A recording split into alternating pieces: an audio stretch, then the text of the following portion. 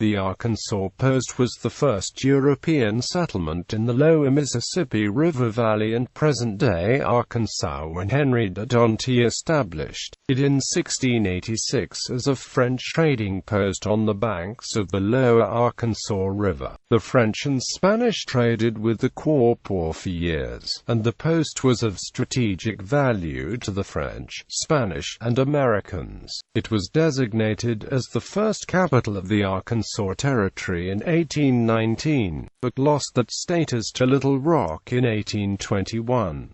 During the years of fur trading, Arkansas Post was protected by a series of forts. The forts and associated settlements were located at 3 known sites and possibly a 4th, as the waterfront area was prone to erosion and flooding. The land encompassing the second Arkansas Post site was designated as a state park in 1929. In 1960, about 757.51 acres of land at the site was protected as a national memorial and national historic landmark. It commemorates the history of several cultures and time periods. The Quapaw, the French settlers who inhabited the small entrepot as the first Arkansans, Spanish rule, an American Revolutionary War skirmish in 1783, the first territorial capital of Arkansas, and an American Civil War battle in 1863. 3 archaeological excavations have been conducted at the site, beginning in the 1950s. Experts say the most extensive cultural resources at the site are archaeological, both for the 18th and 19th century settlements, and the earlier Quapaw villages. Due to changes in the river and navigation measures, the water level has risen closer to the height of the bluffs, which used to be well above the river. The site is now considered low-lying. Erosion and construction on the river have resulted in the remains of 3 of the historic forts being underwater in the river channel. History. French ownership. First location. The Arkansas Post was founded in the summer of 1686 by Henri de Tonti, Jacques Cardinal, Jean Couture, and 4 other Frenchmen as a trading post near the site of a Quapaw village named Osotoe, about 35 miles upriver from the strategically significant confluence of the Arkansas with the Mississippi River. The post was established on land given to de Tonti for his service in René Robert Cavelier Sieur de La Salle's 1682 expedition. The agreement with the local Quapaw consisted of trading French goods for beaver furs. Although this arrangement did not yield much profit, as the Quapaw had little interest in hunting beaver. Even so, trade and friendly relations with the Quapaw and other local native peoples, such as the Caddo and Osage, were integral to the post's survival for most of its operations. The French settlers initially called the post Oaks. The first structures erected at the site were a simple wooden house and fence. The small settlement was the first permanent French holding west of the Mississippi and the first European settlement in the lower Mississippi, the valley. The French conducted the first documented Christian services in Arkansas. The importance of the post was fully realized in 1699, when King Louis XIV began to invest more resources into French Louisiana. John Law's Mississippi Company made a venture from 1717 to 1724 recruiting German settlers to turn the surrounding area into a major agricultural hub. The plan was to grow crops on the lower Arkansas for trade with Arkansas Post, New Orleans, and French Illinois. About 100 slaves and indentured servants were brought to the area as workers, and land grants were offered to German settlers. However, this project failed when the company withdrew from Arkansas Post due to the burst of the Mississippi bubble. Most of the slaves and indentured servants were relocated elsewhere elsewhere along the lower Mississippi, but a few remained in or near the post, becoming hunters, farmers, and traders. By 1720, the post had lost much of its significance to the French because of the lack of profit in trading with the Quapaw, and the population was low. In 1723, the post was occupied by 13 French soldiers and Lieutenant Havignon Guerin de Liboli was the commander. Father Paul du Poisson was priest at the post from July 1727 until his death in 1729. The post was significantly expanded in 1731, when its new commander, 1st Ensign Pierre-Louis Petit de Coulanges, built a barrack, a powder magazine, a prison, and a house for himself and future commanders. On May 10, 1749, during the Chickasaw Wars, the post experienced its first military engagement. Chief Yamataha of the Chickasaw attacked the rural areas of the post with 150 of his warriors, killing and capturing several settlers. The site of this first post is believed to be near what is now called the Menard Hodges site, located about 5 miles by road from the Arkansas Post Memorial. This property, like the memorial, a National Historic Landmark, is owned by the National Park Service, but is undeveloped.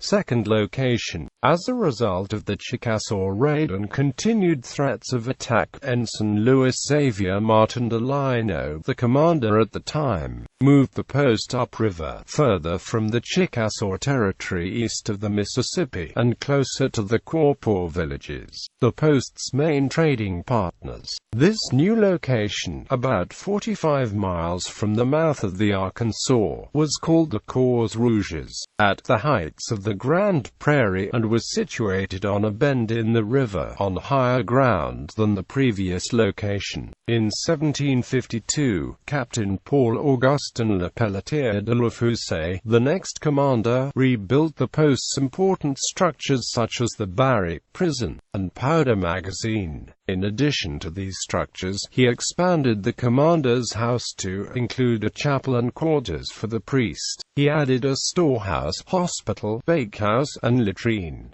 To protect the post's new buildings, he erected a stockade 11 feet in height. Third location. In 1756, after the start of the 7 Years' War, Captain François de Reggio moved the post to a location only 10 miles from the Mississippi in order for the post to better respond to British and Chickasaw attacks.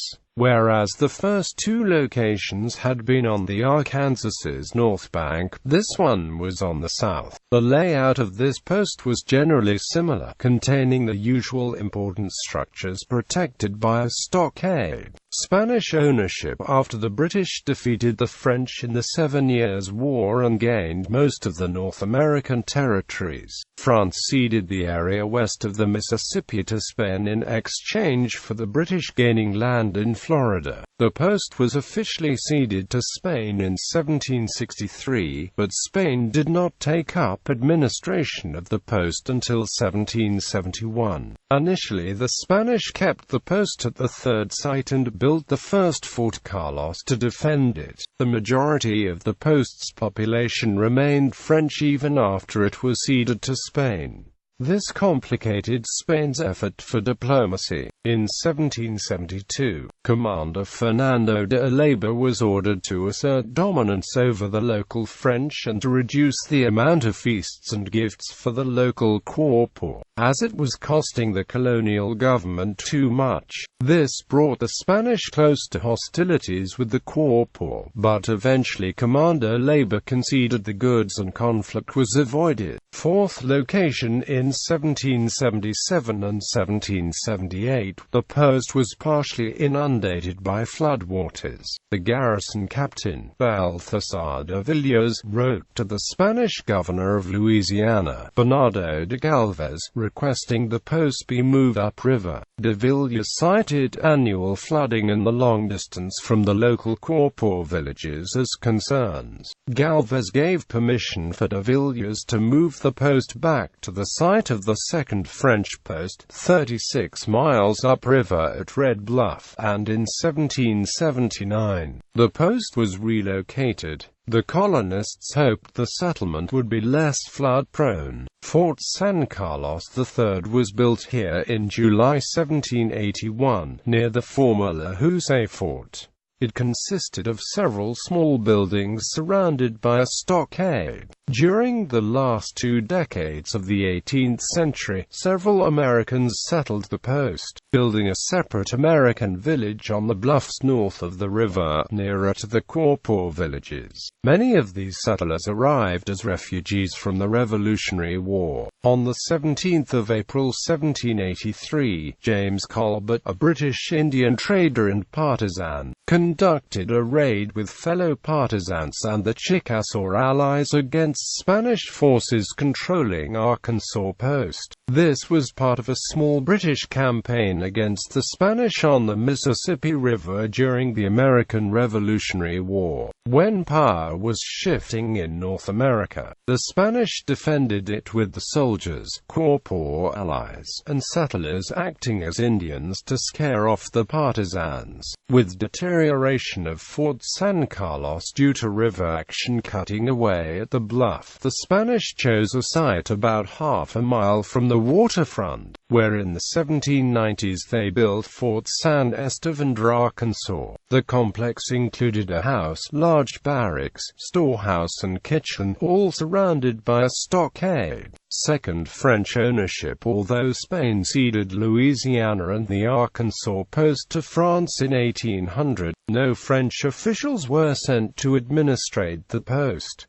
The Spanish garrison remained to oversee the post until it was sold to the United States. United States ownership. In 1804, Arkansas Post became a part of the United States as a result of the Louisiana Purchase from France. By the time the post was sold, it contained 30 houses in rows along 2 perpendicular streets. These were inhabited mostly by the post's French population. The American settlers had remained in the separate village north of the post, although further American settlement began after purchase by the United States, and American buildings were built in the main part of the post alongside the French and Spanish ones. The post was guarded by Fort San Estevan, renamed Fort Madison by the new American administration. Fort Madison was in use until 1810, when it was abandoned due to erosion and flooding. In 1805, a trading house was built at the north end of the post, operated by Jacob Bright. The location became a major frontier post for travelers heading west, with explorers like Stephen Harriman Long and Thomas Nuttall passing through. Arkansas Post was selected to be the capital of Arkansas County in 1813, and in 1819, it was selected as the first capital of the new Arkansas Territory. It became the center of commercial and political life in Arkansas. The territory's first newspaper, the Arkansas Gazette, was founded in 1819 at the post by William E. Woodruff. A tavern owned by William Montgomery was operated at the post from 1819 to 1821, and this structure also served as the meeting place for the first Arkansas Territorial General Assembly in February 1820. The tavern was located in the same building as Jacob Bright's trading house.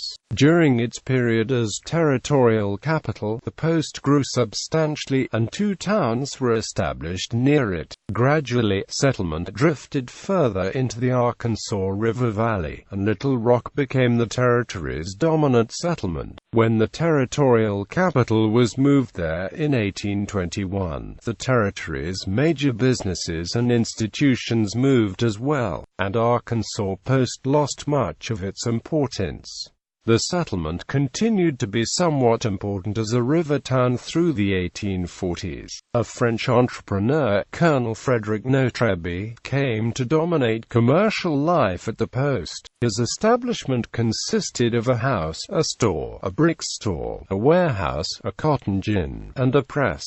In the 1840s, the post was further expanded with several buildings, including one to serve as the Arkansas Post branch of the State Bank of Arkansas. By the 1850s, the post was in a period of decline and the population shrunk significantly. A well and cistern were built at the post in the early 1800s and remain intact at the memorial site to this day. Confederate control during the American Civil War, the post remained an important strategic site militarily. In 1862, the Confederate Army constructed a massive defensive earthwork known as Fort Hindman, named after Confederate General Thomas C. Hindman. It was located on a bluff 25 feet above the river on the north bank, with a mile view up and down river. It was designed to prevent Union forces from going upriver to Little Rock, and to disrupt Union movement on the Mississippi. On January 9/11 of 1863, Union forces conducted an amphibious assault on the fortress backed by ironclad gunboats as part of the Vicksburg campaign. Because the Union forces outnumbered the defenders, they won an easy victory and captured the post, with most of the Confederate garrison surrendering. During the battle, the artillery bombardments destroyed or severely damaged both the fort and the civilian areas, after which Arkansas Post lost any status it had retained since being replaced as the territorial capital, and became a mostly rural area. The Union victory relieved much of the harassment by Confederate forces on the Mississippi and contributed to the eventual victory at Vicksburg. During the period of Confederate control, the State Bank building was used as a hospital. Parts of the Confederate road, trenches,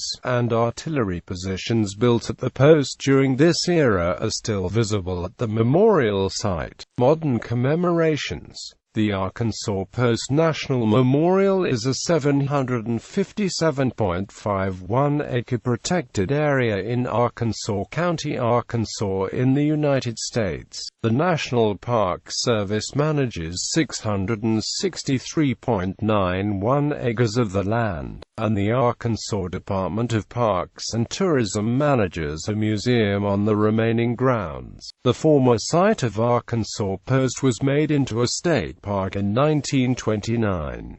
The park began with 20 acres donated by Fred Quant, a descendant of German immigrants whose family still lives in Arkansas. In the following years, additional acreage was acquired and numerous improvements made with the support of Works Progress Administration labor. It is located on a peninsula formed by the former channel of the Arkansas River. In 1956–1957, Preston Holder conducted the first archaeological excavations at the site. His team found remains of the 18th-century French colonial village within the area of the current memorial. The trenches discovered were later identified as traditional French colonial residential building patterns of Poteau-en-Terre. By this time, the remains of the 1752 Le Foussé Fort, 1779 Fort San Carlos III, 1790s Fort San Estevan, and Fort Hindman were all underwater in the former Arkansas River channel, an area then used as a navigation lake. No archaeological evidence remains for those forts because of the erosion. On July 6, 1960, the site was designated a National Memorial and a National Historic Landmark on October 9,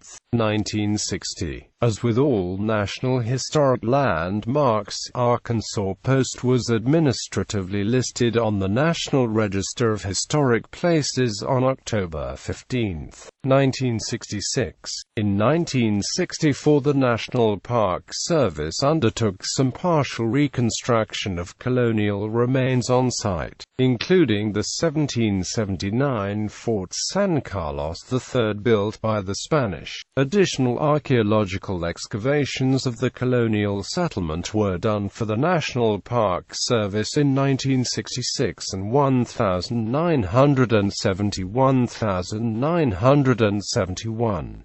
19th century. Buildings identified include the State Bank and residences. Most of the residences were built in a French or Spanish colonial style, although a house's architecture varied based on the residents' culture. Also discovered in various excavations were thousands of ceramic shards. John Walt Hall, the state archaeologist for Arkansas, said in the 1990s that the archaeological resources constitute the most valuable cultural resources within the area of the memorial, including nearly unexplored Quapaw settlements, as well as the 18th and 19th century European and American settlements.